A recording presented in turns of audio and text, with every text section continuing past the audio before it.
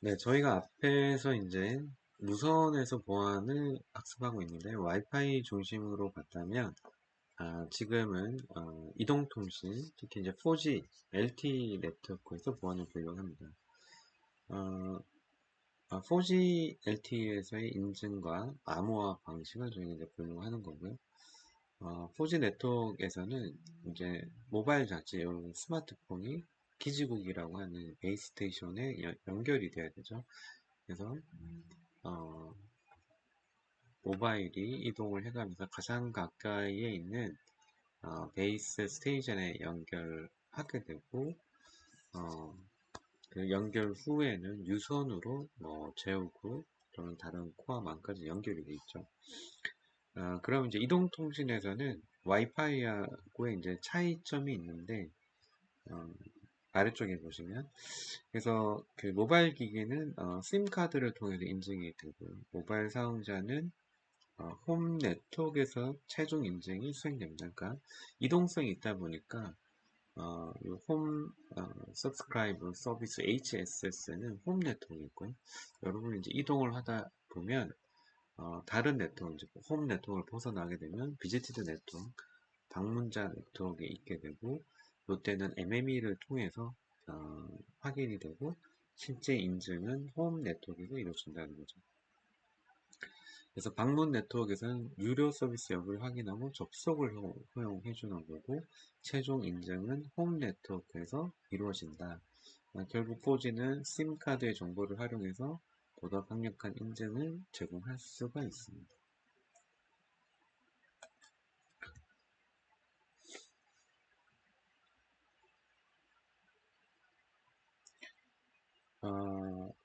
그래서 이제 4G LTE에서 세션 키를 생성하게 되는데요. 이러한 이제 세션 키는 HSS가 인증을 수행할 때 필요하고요. MME와 그다음에 HSSE가 상호작용해서 보안키를 교환하게 되고 기지국과 모바일 장치 사이에 세션 키를 사용해서 데이터를 암호화하게 됩니다. 결국 그 홈 네트워크와 방문 네트워크 간의 신뢰 관계를 기반으로 동작하게 됩니다. 그러니까 요 지금 모바일과 기지국 사이에는 세션 키를 기반으로 데이터를 암호화하게 되고요. 그 다음에 MME는 HSSE와 상호작용을 통해서 보안 키를 공유하게 됩니다. 그래서 키 SSM이라는 게 여기까지 교환이 되고 요거를 통해서 인증을 수행하게 됩니다.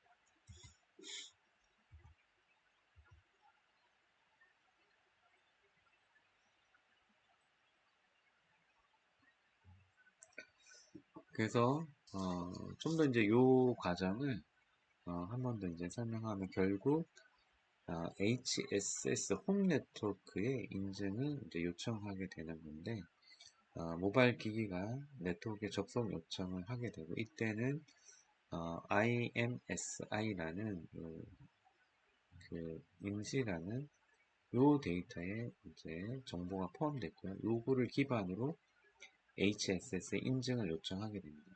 HSS가 인증 토큰을 생성해서 모바일 기기로 다시 전송을 하게 되고요. 이 과정에서 중요한 거는 요 IMSI가 노출될 수 있는 보안의 문제가 좀 존재는 할 수 있습니다.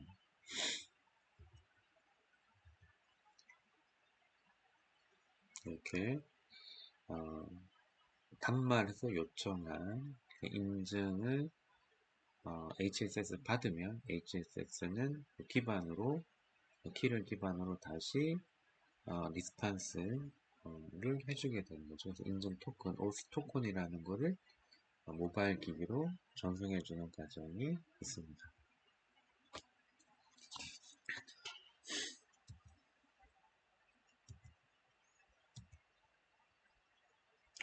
그러면 이제 모바일에서는 요 인증 그 토큰을 검증을 해보고 지금 내가 접속한 이 네트워크가 신뢰성이 있는지를 이제 확인하게 되죠. 인증이 완료되면 대칭 키를 생성해서 기지국가의 보안 연결을 설정하게 됩니다. 그래서 이런 과정을 통해서 이동통신망에서는 신뢰성 있는 보안의 통신을 가능하게 해줍니다.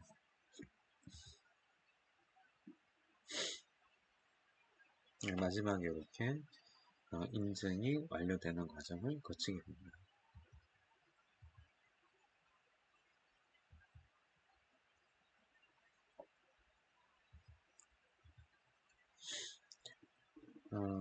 이제 우리가 앞에서 이제 4G를 봤는데 사실 이제 5G 네트워크가 앞으로는 더 이제 많은 기지국을 설치하게 되면서 지금은 이제 4G와 5G가 혼용되어 있고 5G가 좀 더 많은 가입자가 이제 확보되는 과정이 있고요.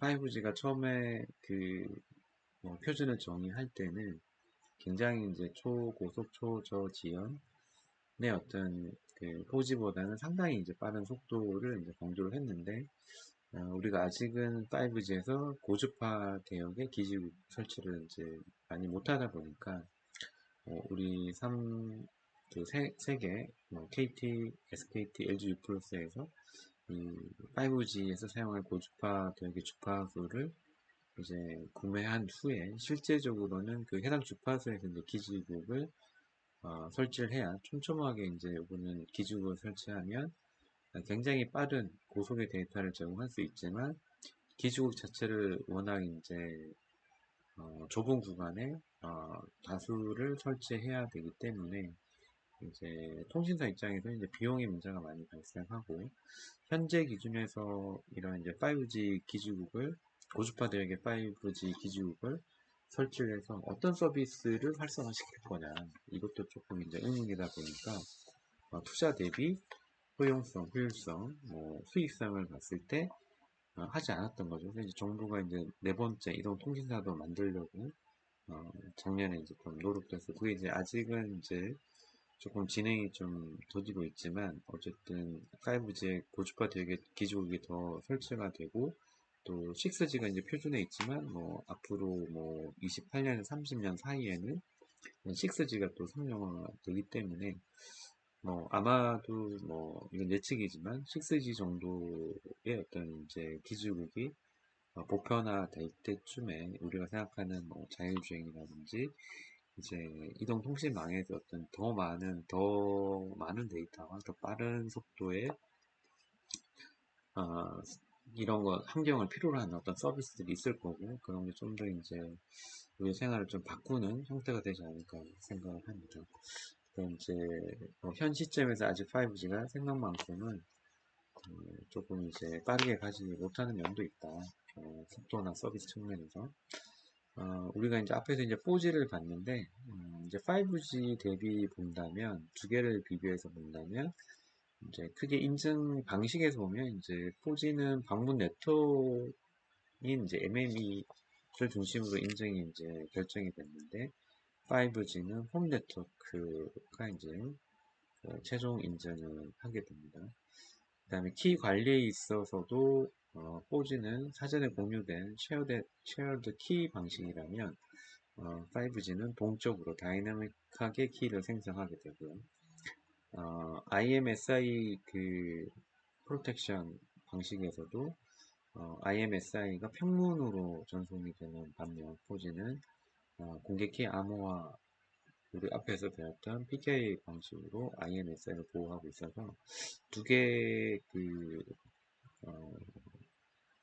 방식을 좀 비교했을 때 좀 차이가 난다. 근데 이제 5G에서는 좀 더 IMSI 정보를 보호하기 위해서 암호화된 인증 방식을 사용하므로 보안성이 좀 더 4G보다는 좀 강화됐다라고 좀 볼 수 있습니다. 우리가 이제 앞에서 무선에서 와이파이의 보안을 받고 이제 그 무선에 대한 와이파이 802.11에서의 보안을 봤을 때는 저희가 WPA3나 이런 프로토콜을 통해서 무선 네트워크 인증의 어떤 그 방식과 암호화 강화 측면을 봤고요.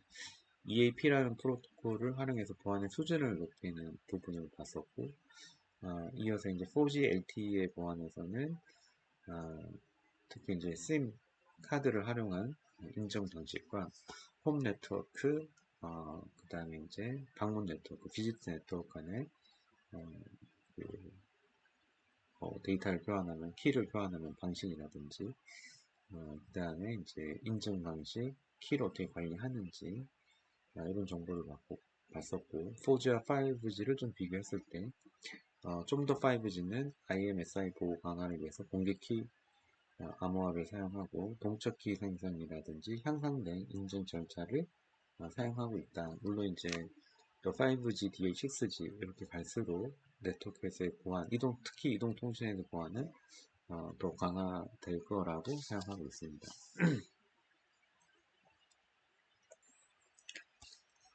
앞에서는 우리가 이제 그 네트워크 보안에서 프로토콜 측면에서 저희가 쭉 봤다면, 네트워크 단에서 이런 이제 해킹의 공격을 좀 막을 수 있는 솔루션 측면에서의 내용을 좀 보려고 합니다. 그래서 좀 방어 정책이죠. 이런 걸 봤을 때 어떤 정책들이 있는지, 방법이 있는지, 시스템이 있는지 보려고 합니다. 방화벽, 파이어월은 많이 들어봤을 거예요. 그래서 이제 방화벽은 조직의 내부 네트워크와 외부 인터넷망을 격리시켜서 보안성을 높이는 어떤 정책을 얘기합니다. 어떤 동작을 얘기합니다. 그래서 일부 패켓만 허용하고 좀 불필요한 패켓들은 차단하거나 아예 이제 내부망으로 내부 네트워크로 들어오지 못하도록 합니다. 그래서 방화벽의 역할은 내부 네트워크를 보호하는 역할이 가장 중요하고요. 그래서 허가되지 않은 어떤 외부의 접속도 차단하고, 또 우리가 이제 이렇게 하는 이유가 불법적인 데이터 유출 방지를 위한 거죠. 내부 사용자들이 허가되지 않은 데이터를 외부로 전송하는 것도 좀 방지할 수 있고, 그 악성 트래픽, 그러니까 디도스 공격이라든지 이런 걸로부터 네트워크를 좀 보호할 수 있다라고 볼 수 있습니다. 그래서 이제 방화벽은 우리 내부 네트워크를 잘 보호하는 거다. 해킹의 공격으로부터. 그래서 결국 방화벽은 정책이기도 하고, 또 어떻게 보면 필터링 기능을 갖고 있다고 볼 수 있습니다. 아까 이제 앞에서 디도스 공격을 얘기했는데, 예를 들어 특정 포트를 이제 대상으로 공격이 들어온다. 그럼 그 포트를 아예 이제 안 쓰도록 막을 수도 있고요. UDP 프로토콜을 활용해서 UDP 메시지를 계속 쏜다. 근데 우리 내부망에서는 UDP 프로토콜을 사용하지 않는다. 아예 프로토콜 자체로 막을 수도 있습니다. 이렇게 우리 내부 네트워크에 들어오는 트래픽이나 메시지 패켓들을 보고 음노멀한 어떤 케이스라든지 또 다양한 이런 이제 해킹의 공격의 사례들을 보고 미리 정책적인 측면, 시스템 쪽에서 좀 막아주는 역할을 해준다고 볼 수 있습니다. 그래서 이제 방화벽은 상당히 중요하죠. 그래서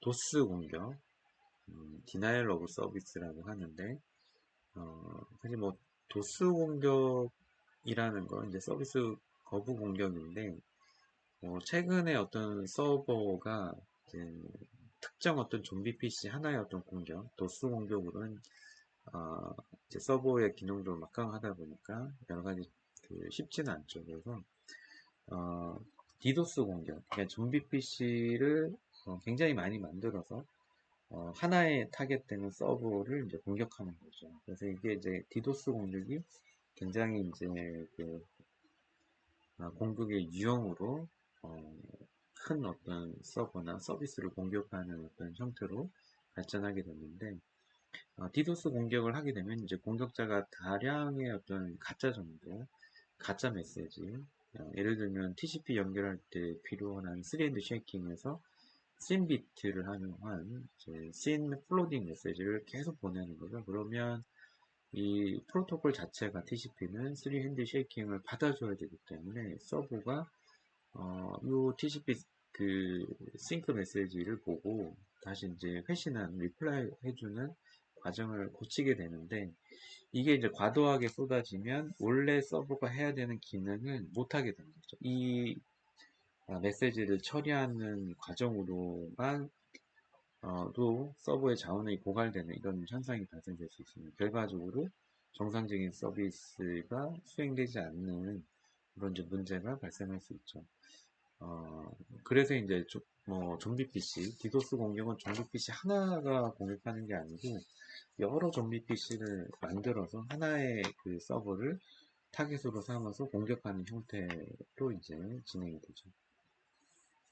그 다음에 이제 그 illegal modification이라고 표현했는데, 불법적인 데이터 변조나 이제 접근, 그러니까 해커가 어떤 그 홈페이지를 해킹해서 허위 정보를 게시한다든지 이런 방식. 여기는 뭐 CIA라고 했는데 CIA 홈페이지를 이제 해킹해가지고 허위 정보를 게시한다든지, 그 다음에 이제 내부 네트워크에 대한 무단 접근, 뭐 허가되지 않은 이런 이제 사용자가 내부 네트워크에 이제 접근하게 되는 이런 걸 좀 막아줘야 돼요. 그래서 방화벽은 다양한 이제 형태로 이런 걸 이제 막아줘야 되는데, 종류가 있습니다. 그래서 방화벽의 이제 정책이, 그래서 무상태 패켓 필트, 그러니까 스테이트리스 패켓 필트, 아니면 이제 상태 기반. 그러니까 위에는 상태와 상관없이 패킷을 필터링 하거나 어떤 스테이트의 기반으로 패킷을 필터하거나 어플리케이션 게이트웨이, 응용 계정 게이트웨이로 쓰였던 이제 그 방화벽 역할을 해주는 거죠. 그래서 방화벽은 단순한 접근 제어뿐만 아니라 우리 내부 네트워크 보안을 유지하기 위한 어떤 굉장히 이제 필수 요소고, 어, 방화벽은 어, 우리 내부 네트워크를 보호하기 위한 첫 번째 관문 같은 거죠. 그러니까 매우 좀 중요하다라고 볼 수 있습니다. 그래서 이제 첫 번째 그 방식은 앞에서 얘기한 것 중에 이제 무상태 패켓 필터라고 있죠. 그래서 패켓을 필터링하는 방식인데, 패킷이 들어오거나 나갈 때 독립적으로 이제 각각 독립적으로 검토해서 허용할 거냐 차단할 거냐 하는 걸 보는 거죠. 그래서 IP 주소나 포트 번호나 프로토콜의 유형이나 우리 앞에 얘기했던 TCP 싱크나 뭐 에크비트 등을 기반으로 필터링 하는 거예요. 근데 이제 어떤 이 스테이트 이스라고 표현했기 때문에 연결의 상태까지를 추적하지는 않습니다. 근데 이제 공격자가 이렇기 때문에 특정 패켓을 조작해서 우회할 수도 있어요. 그래서 하지만 어쨌든 기본적으로 우리가 스테이트 리스한 상태에서도 특정 IP 주소나 포트 번호나 프로토콜의 유형을 가지고 또 발생된 형태를 가지고 우리가 좀 막아줄 수 있다라고 볼 수 있습니다. 그래서 다양하게 지금 아래쪽에도 IP 주소, 뭐 TCP, UDP 소스, 데스티네이션 포트 넘버, ICMP 메시지의 타입, 우리 ICMP를 안 쓴다 막을 수 있고, TCP의 싱크나 에크비트를 활용해서 이런 비트가 세팅돼서 오는 거는 사용하지 않게 필터링을 할 수 있습니다. 그래서 이제 스테이트 리스의 형태의 포트를 막거나 에크 메시지가 돼 있을 때 맞는 방식의 예제를 설명합니다. UDP나 텔넷을 차단한다고 하면 특정 IP 프로토콜 번호, UDP라면 뭐 17번, 그 다음에 포트 23, 텔넷이면 포트 23, 이렇게 특정 번호, 포트의 번호를 갖고 나올 수도 있고요. 뭐 TCP 연결을 요청하는데 이제 뭐 에크가 0일 때 TCP 패킷 아예 차단한다든지, 외부 사용자가 내부 네트워크와 TCP 연결을 맺는 것을 아예 이제 막기 위해서 쓰는 거죠. 그래서 무상태 패킷 필터링은 기본적인 보안 수준을 제공하지만 좀 더 그 공격의 유형에 따라서 좀 난이도가 있는 이런 이제 해킹 공격에서는 좀 막기가 어려울 수 있다는 단점이 있습니다.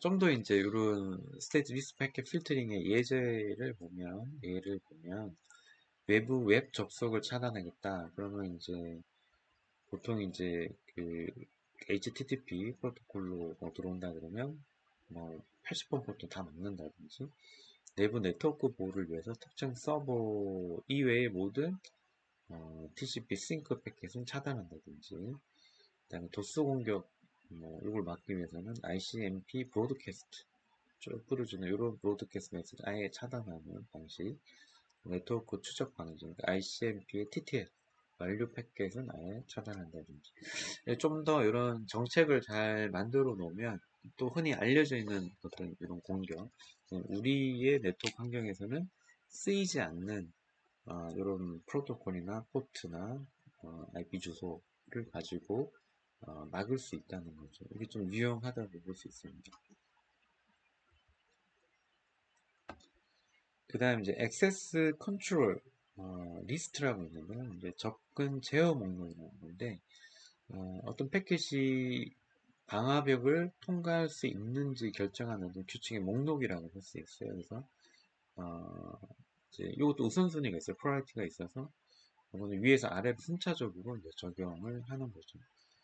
특히 이제 오픈플로우 기반의 네트워크 관리에서도 활용이 될 수 있고 다양한 보안 정책에 사용할 수 있습니다. 그래서 ACL을 활용해서 우리가 어떤 규칙의 목록을 만들어 놓고 이걸 허용할지 안 할지 그러니까 소스 아래쪽에 설명해도 소스 주소 그 다음에 목적지 주소 프로토콜 그다음 포트 번호 그 다음에 목적지의 포트 플래그 이런 거에 따라서 허용 여부를 적어 놓으면 좀 더 메시지를 필터링 할 때 이 리스트 항목을 보고 이제 적용할 수 있기 때문에 유용하다고 볼 수 있죠.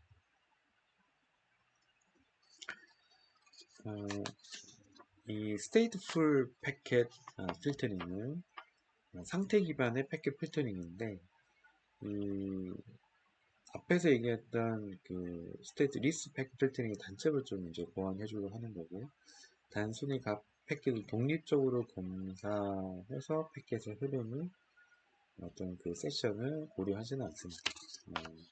이건 이제 그래서 이제 stateful 패킷 필터링 상태 기반의 패킷 필터링이고 공격자가 비정상적인 패킷을 조합하여 우회할 가능성은 있습니다.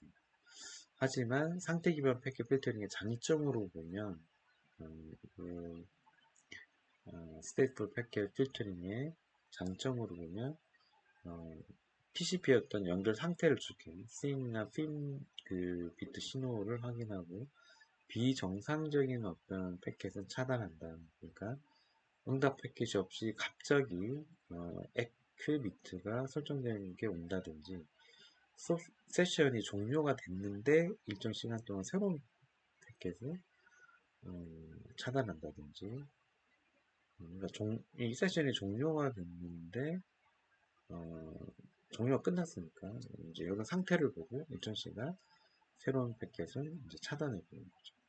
그러니까 stateful 패킷 필터링은 패킷의 흐름을 추적해서 좀 더 업로드를 하거나 이 흐름에 맞지 않는 거는 좀 이제 필터링 해주는 이런 역할을 할 수 있습니다.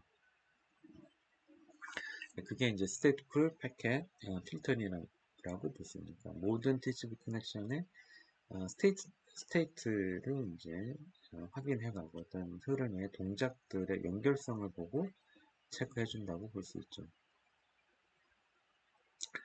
그래서 stateful 패킷에서도 이렇게 이제 ACL의 그 앞에서 얘기했던 그 리스트 여기에 기존 ACL의 세스 상태를 확인하는 기능을 추가해서 그 뒷부분에 보면 이 표에 체크 커넥션이라고 되어 있죠. 그래서 패킷을 필터링 할 수 있다. 예를 들면 이제 80번 포트에 에크 비트가 설정된 패킷이 들어올 때 기존 연결이 있는지 확인 후에 허용한다. 그러니까 에크가 있다는 건 이미 앞에 이제 연결이 됐어야 되는 거니까 그럼 이제 전후 과정을 한번 확인한다는 거죠. 그래서 이런 걸 활용하면 이제 허가되지 않은 TCP 연결이 생성되지 않도록 좀 방지할 수 있는 역할을 할 수 있습니다. 그 다음에 이제 응용 계천 게이트웨이라고 있는데, 특정 어플리케이션에 대한 필터링에 대한 적용이에요. 그래서 그 패켓의 IP나 TCP나 UDP 정보뿐만 아니라 실제 응용 프로그램의 데이터까지 검사를 해주는 거죠. 그래서 특정 내부 사용자만 외부 텔넷 서버에 접속하도록 설정이 가능하고, 뭐 이렇게 하는 이유는 응용 그 계정 게이트웨이가 특정 어플리케이션을 위한 보안 필터링 역할을 이렇게 해줄 수 있기 때문에 요게 이제 좀 더 다른 측면에서 어플리케이션에 대한 어떤 필터링을 할 수 있다. 그래서 이 부분을 고려하기 위한 방식이라고 볼 수 있습니다.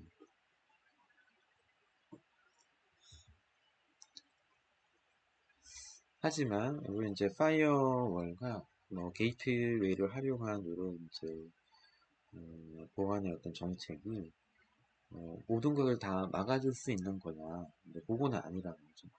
여전히 이제 그 보안의 취약점이 있을 수 있어요. 특히 이제 이 앞부분에 있는 IP 스푸핑 같은 경우에 공격자가 IP 주소를 유지해서 이제 방화벽을 우회하게 되면 실제는 이 IP를 이제 막으려고 한 건데 그 IP 주소를 위조해가지고 뭐 필터링이 되지 않게 한다든지 어플리케이션별 설정을 이제 필요로 하는데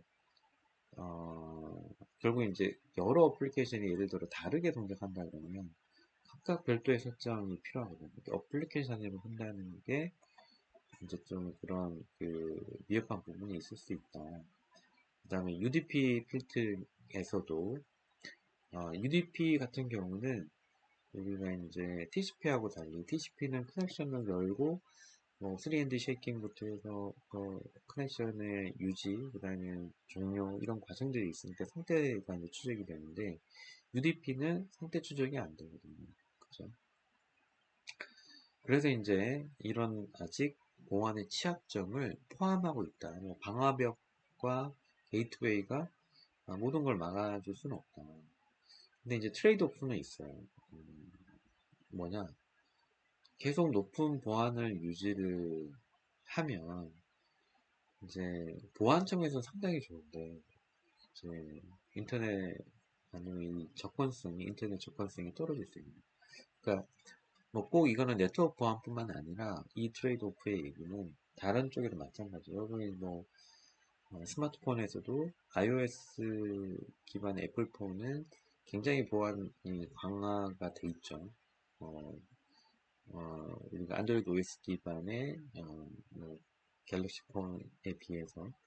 근데 이제 한쪽을 강화하면 보안을 강화하면 보안 측면 상당히 좋지만 사용자가 그걸 쓰는 측면에서 굉장히 좀 이제 어렵다는 거죠. 편리성이 떨어지는 거죠. 하지만 이거는 좀 선택인 것 같아요. 어떤 회사의 정책, 어떤 서비스의 정책에 따라서 우리는 보안을 강화하는 게 우리의 서비스나 뭐 여러 가지 봤을 때 중요한 건 가야 되는 거고, 또 보안을 조금 완화시켜주는 대신 우리가 사용자의 편리성을 확보할 거냐, 이거는 이제 선택의 문제, 트레이드 오프가 있다고 생각하시면 됩니다. 그러면 이제 이런 방화벽을 했음에도 불구하고 우리 내부를 아까 이제 우회해서 뭐 방화벽 우회해서 들어올 수도 있고 하다 보니까 우리는 꾸준하게 내부에 이런 이제 침입이 있었는지를 계속 감시할 필요가 있다. 그래서 방화벽 뒷단에는 IDS라는 걸 주게 됩니다. 그래서 Intruder Detection System. 우리가 이제 아무리 방화벽을 잘 해도 내부에 이미 침투가 되어 있을 수 있기 때문에 단순한 패켓 필터링을 넘어서 네트워크 패켓을 이제 같이 분석해서 여러 가지 공격을 탐지를 하는 거죠. 그래서 바이러스나 이런 악성과도 포함된 패킷이 있는지, 또 여러 가지 그 네트워크의 패턴, 트래픽 흐름, 그다음에 대량의 요청이 들어오는 패턴 이런 걸 좀 감지, 내부에 어떤 악성 코드가 있는지 어떤 침입 여부 등을 확인해서 더욱 네트워크의 보안을 강화시키는 거죠. 물론 이제 IDS 외에도 IPS라 그래서 Intrusion 프로텍션 시스템도 있습니다. 그래서 일반적으로 보안을 잘 시스템 측면에서 구축을 한다고 하면 방화벽 외에도 IDS나 IPS를 구축해서 우리 내부망과 시스템을 또 안전하게 보호하는 정책을 제공하려고 하고 있습니다.